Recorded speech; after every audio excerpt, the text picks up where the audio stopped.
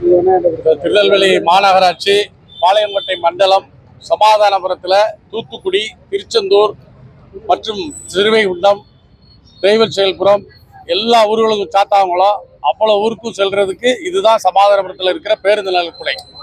இதில் மாநகராட்சியிலேருந்து பக்காவாக ஒரு பேருந்து நலக்குடை கூட வச்சுருந்தாங்க. ஆனால் போன வருஷம் ஜனவரி மாதம், இந்த வருஷம் ஜனவரி மாதம் 2025 ஜனவரி மாதம் இந்த சாலையை விரிப்பதாக சொல்லி அந்த பேருந்து நலக்குடையை அகற்றிட்டாங்க.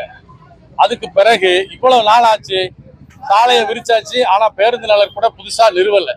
மாநகராட்சியில் இங்கே மட்டும் இல்லை, பல இடங்கள்ல நிறுவாமல் இருக்கிறாங்க.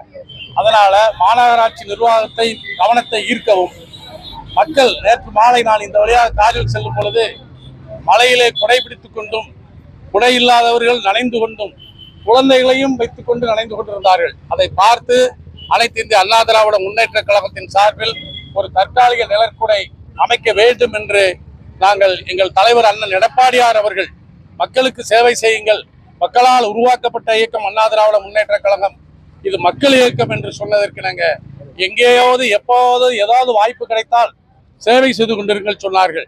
ஏற்கனவே மக்கள் திலகம் எம்ஜிஆர், மன்னாதி மன்னன் எம்ஜிஆர், மக்களால் நான் மக்களுக்காக நான் என்று சொன்ன புரட்சி தலைவி அம்மா அவர்கள் உருவாக்கிய இயக்கம் அண்ணன் எடப்பாடியார் தலைமையிலே இந்த மக்களுக்கெல்லாம் தற்காலிக பேருந்து நலக்கூடை அமைத்திருக்கிறோம்.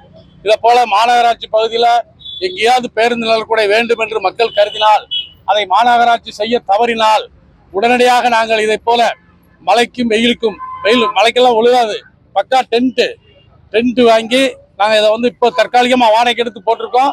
நாங்கள் இதை சொந்தமாக வாங்கி 2 நாளில் இந்த வாடகைக்கு 2-3 நாளில் மாற்றிடுவோம்.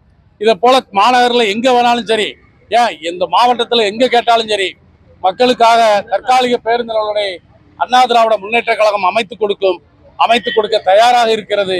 அண்ணன் எடப்பாடியார் ஆணையை ஏற்று எத்தனை பேருந்து நலக்கூடை தற்காலிகமாக தேவை என்றாலும் அதை அமைத்து தர நாங்கள் தயாராக இருக்கிறோம். இது வந்து புகார் கொடுக்க வேண்டிய விஷயமே இல்லையே. நீங்க சில விஷயங்கள் பார்த்தாலே தெரியணும்ல. நேற்று இந்த ரோட்ல போகும்போது எனக்கு தெரியுது, அதிகாரிகளுக்கு தெரியாதா? அல்லது இந்த வார்டுல இருக்கிற மற்ற நிர்வாகிகளுக்கு தெரியாதா? கவுன்சிலர்களுக்கு தெரியாதா? ஒழுகாத பந்தல் போட்டு கொடுக்கணும்ல. மக்கள் மழையில நனைகிறாங்க, மழைக்காலம் இருக்குது, வெயில் காலம் வந்து பாருங்க, வெயில் தீயா பிடிக்குது. நேற்று மழை பெஞ்சது, இன்னைக்கு வெயில் அடிக்குது. அதனால புகார் கொடுக்கல, பொய் சொல்ல தயாரா இல்ல. நாங்க புகார் கொடுக்கல, ஆனா மாநகராட்சி அதனுடைய பணியை செய்யவில்லை அப்படிங்கிறத குற்றம் சாட்டுகிறோம்.